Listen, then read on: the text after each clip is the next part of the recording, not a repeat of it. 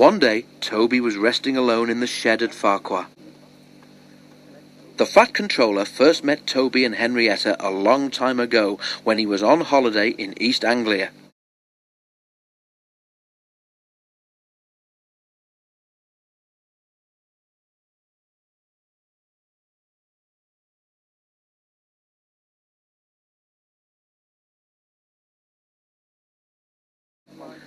Later, when their line was closed, the Fat Controller heard about it and brought them to Sodor.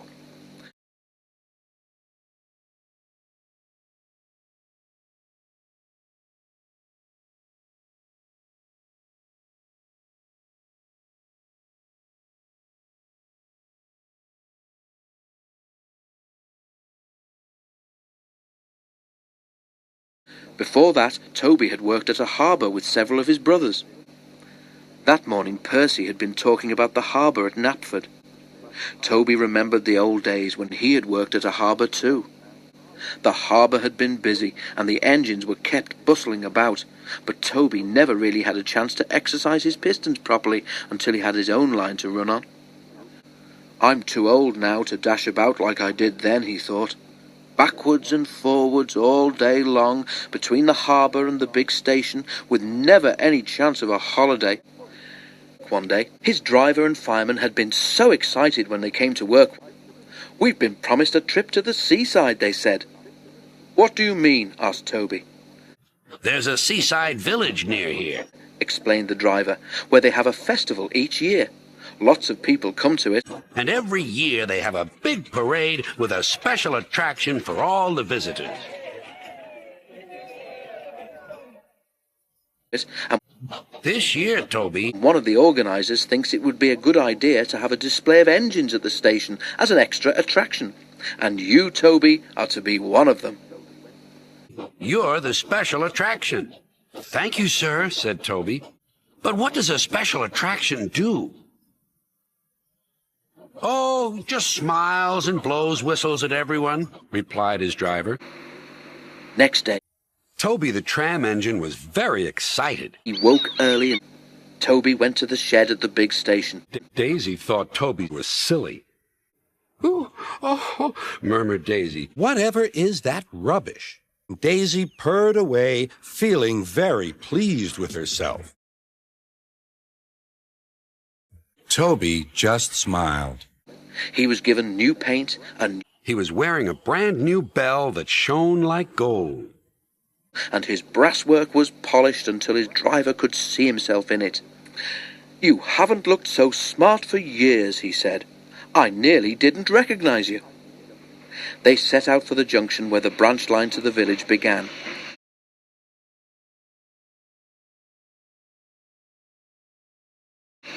As they arrived, a train came in from the branch. The engine was James. He was dirty, his rods clanked, and steam leaked from everywhere. "The poor engine," said Toby. "Can I help pull his next train to the seaside, please?" "What, me?" snorted James.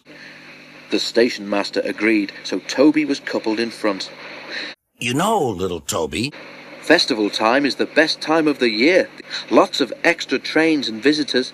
I expect you'll be able to stand on the long carriage siding. Toby Had to work very hard. Soon they approached the Workstation. "Beep, beep. Thank you. Goodbye," whistled James. "Goodbye," replied Toby. Then he was off to the seaside once more.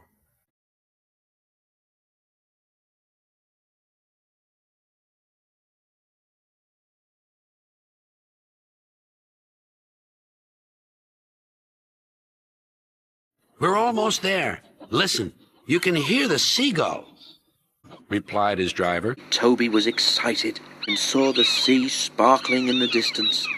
White birds wheeled and swooped overhead, making loud, mewing noises. "I wonder what they are," thought Toby. "I must ask my driver." Soon they reached The seaside station. by the village. But instead of a big welcome, there was just one man. The station master came out to meet them.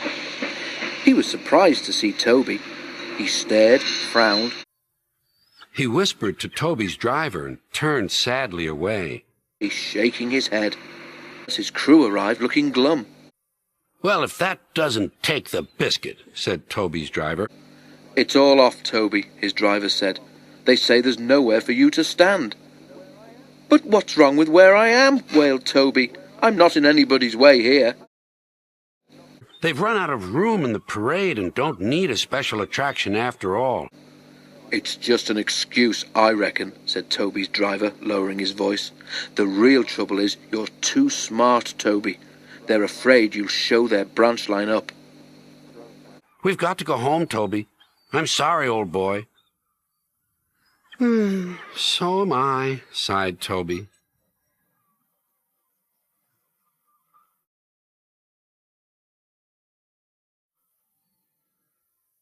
Later, Percy was shunting in the yard at Farquhar. He didn't expect to see Toby. What are you doing back so soon? Well, I did get to the seaside, he murmured, even if it wasn't for long. What do you mean? Asked Percy.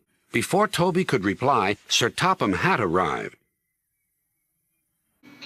Leave those trucks, please, Percy, he said. There's an emergency down at the harbour. I think... Wants you to go and sort it out straight away. But Toby can't, began Percy. Never mind that, the Fat Controller said. The harbour needs you double quick. Leave us to worry about the shunting. He hurried away to make the arrangements. Wake up, Toby, smiled his driver. Time to get back to work. Come on, Percy, said his driver. This'll be trouble with Bulstrode. Who's Bulstrode? Wondered Percy. He was still surprised about Toby, and now he had two puzzles to sort out. His driver explained. Bulstrode is a disagreeable barge. He never stops complaining. His driver was right about Bulstrode. Bulstrode was a barge used for carrying stone. He was a disagreeable barge. Nothing was ever right for him, and he grumbled unceasingly. Trucks grumbled too, but they went a patch on Bulstrode. Today the barge was more bad-tempered than ever. Come on, come on! Come on, shouted Bulstrode rudely one morning. Why aren't you cars where you should be? Why aren't you trucks where you should be? How can I be loaded if you dawdle about up there, eh? There's no engine, and we can only go where we're put, retorted the trucks crossly. You're in the wrong place, not us, shouted the cars. You're in the wrong place, not us. They argued for some time, but it made no difference. Bulstrode was in the wrong place, and he was not due to leave until the next day, but he wasn't going to let a little thing like that stop him complaining. When Percy arrived, Bulstrode was sulking, and the trucks were annoyed with him. And the cars were crosser still. Our stone is for Bulstrode, they said. Please put us into the siding so that we can load him up and be rid of him. Him as soon as possible.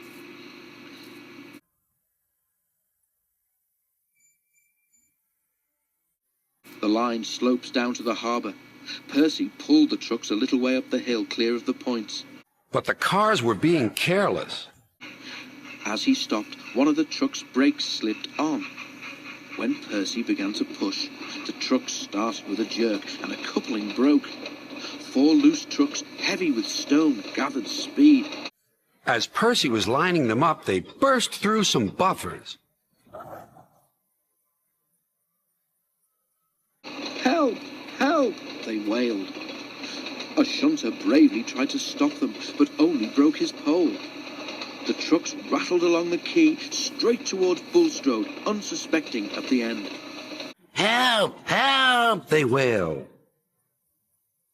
But it was too late. Bulstrode heard a rattle and a shout or two, but he could see nothing.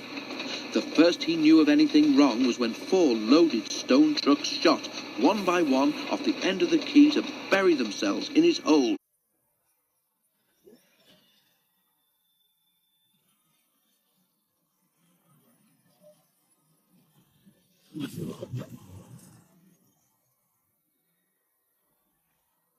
Oof! He exclaimed. But anything else was lost in a gurgle as the trucks burst a hole in his hull and water began to pour in. Bulstrode experienced an awful sinking feeling. Oh, cried Bulstrode. I'm sinking. Serves you right, giggled the cars. You were always barging in and moaning. Save me, he spluttered. I'm drowning. But Bulstrode didn't drown. As chance would have it, the tide was out, so he did not go right under the water. The trucks were upset at losing some of their friends, but were very little bothered about Bulstrode. Nothing but a nuisance he was, they said to each other, always barging in and moaning about not being loaded fast enough. They sniggered. This time he got his load faster than he bargained for. Serves him right, if you ask us.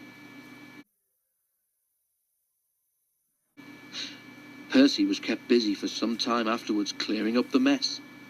When the remains of the trucks had been lifted out of the water, he took them to the scrapyard while workmen rescued what stone they could.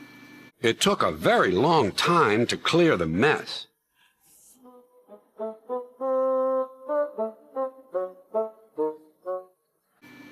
As for Bulstrode, when everything else had been cleared, his remains were towed to a nearby beach where they could do no harm. Percy watched as Bulstrode was towed to the beach.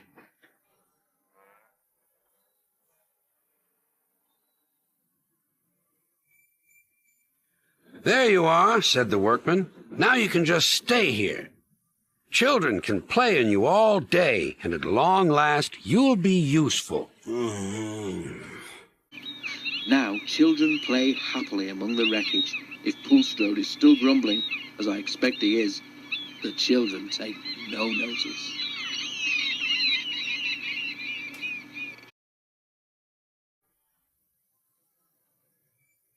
When Percy got home, he and Toby exchanged all their news.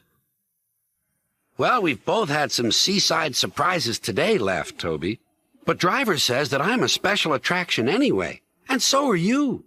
Every time we go on our own line. What do you mean? Asked Percy. Well, all we have to do is smile and blow whistles at everyone. But I think the Fat Controller would have managed all that festival business much better.